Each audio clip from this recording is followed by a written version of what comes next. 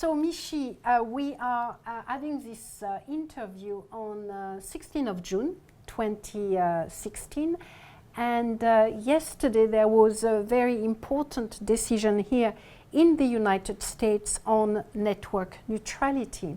So I'm delighted you are here with me today, because I would like for you to explain maybe to the students what does network neutrality means, and what is the significance of yesterday's decision for the market and for the United States users. So network neutrality, I think, is a term which everybody has his own definition.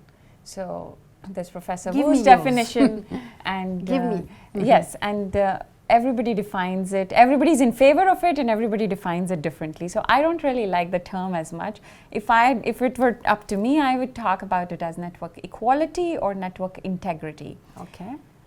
I say that there are some principles which are built in there, but it's mostly that an internet service provider should not be discriminating any kind of services online based on the kind of service, or any kind of discrimination which is based either by costs or speed. And once that is ensured, everything else follows. Because the open nature of the net is what it has made possible, is so important. We cannot let either an internet service provider, a telecommunication service provider, or a platform company discriminate between the kind of packets, whether it's a voice packet or it's a data packet, to say, okay, these will be delivered at a different cost or at a different speed. Okay. Just because of the kind of the content. Mm-hmm. So an ISP should not be allowed to discriminate based on any of these factors. Now many people will say, traffic management, how do I get you to talk at the same speed as, it is not the same as delivery of email. Yeah, we understand that. That's why we are not calling it network neutrality, because the network is not neutral, but it has an equality principle and an integrity principle. And that's what they have to comply. Yesterday's decision is actually on a small technical issue, but very, very useful. FCC's Open Internet Order, which is an extremely important piece of work, lays out great principles about network neutrality, was the one which was challenged. Every time, actually 3 times, FCC has tried to do, and twice it has been challenged by the telecommunications companies, and it has lost it, but that was only on a limited point of jurisdiction. Mm-hmm. So under the Communications Act, whether FCC has any jurisdiction to say anything about broadband services or not. For all this while, FCC had categorized internet or broadband services as information services. And when you categorize that as information services, FCC has not any power to tell them what they can do. Mm-hmm. But then it changed it, and it changed the title to categorization and made them communication services, which means they're all common carriers. Now they're subject to common carrier rules, which means if you are a phone company, then you have to play by common carrier rules, because spectrum is a public utility. So now, because broadband services are categorized correctly, so FCC has the right power to tell them how they're going to provide their services. And the Court of Appeals for DC Circuit has said, yes, you have the power, and here you go. You can have your open internet order. Why it is very important right now is that this internet order got the support of course, the current administration and a lot of technology companies, but it's also very, very important because the telecommunication service providers should not be allowed to become the gatekeepers to decide who are the winners or the losers. And because internet is now replacing almost everything, the tendency of old style telcos is, I don't think we want to invest more in the infrastructure, but why don't we figure out how to milk the current network, how to get the platform companies to pay us more for what we already do, and or figuring out ways to throttle or offer zero-rated services, etc. What can you define zero-rated? So FCC's Open Internet Order actually does not really mention zero rating, but it doesn't say. It says in 2 paragraphs that they will take a case-by-case approach, which is not my favorite thing to do. But this debate is now, of course, happening everywhere. EU is going to vote again. And in India, we thought we had actually had some victory, but the question has been opened up again. Zero rating means that supposedly, I think binge on is an example here of T-Mobile, that if I use particular set of websites, then my usage of those websites does not count towards my data usage. So that means if I use, for example, Facebook, Instagram, WhatsApp, all 3 Facebook services, then if those are zero rated, I will not be charged for all the time I spent on these 3 services, and those are zero price. That's why they're called zero rated. It's called differential pricing. It's got various terms based on which country you are.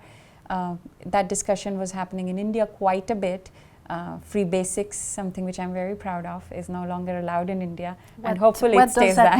What does that mean, free basics? Free basics was a renamed service offered by Facebook, which was earlier called internet.org, which has neither the internet nor the non-profit org, but it was called free basics. Again, not really free and not really basic, but it was a bunch of services which Facebook was offering in India in a partnership with one of the telecommunication service provider, Reliance. So for the US audience, it's like AT&T gets into an agreement with Facebook and say, I'm going to offer you X number of websites and I will not charge you for any of these websites. And whatever time you spend on these websites on AT&T, you will not be charged for it. And those kind of services which are, and these services were offered by Facebook inspired by the goodness of their heart, because they feel so philanthropic about the poor Indians, because we don't have enough money to buy data, were offered as philanthropy. They want to bring everybody online. This is their way of bringing online. The way now an Alliance for Internet Study proves, and many other people like myself and some other activists were saying, was just because they're poor doesn't mean they will get a poor internet, which you will decide what part of internet they can see or they cannot see.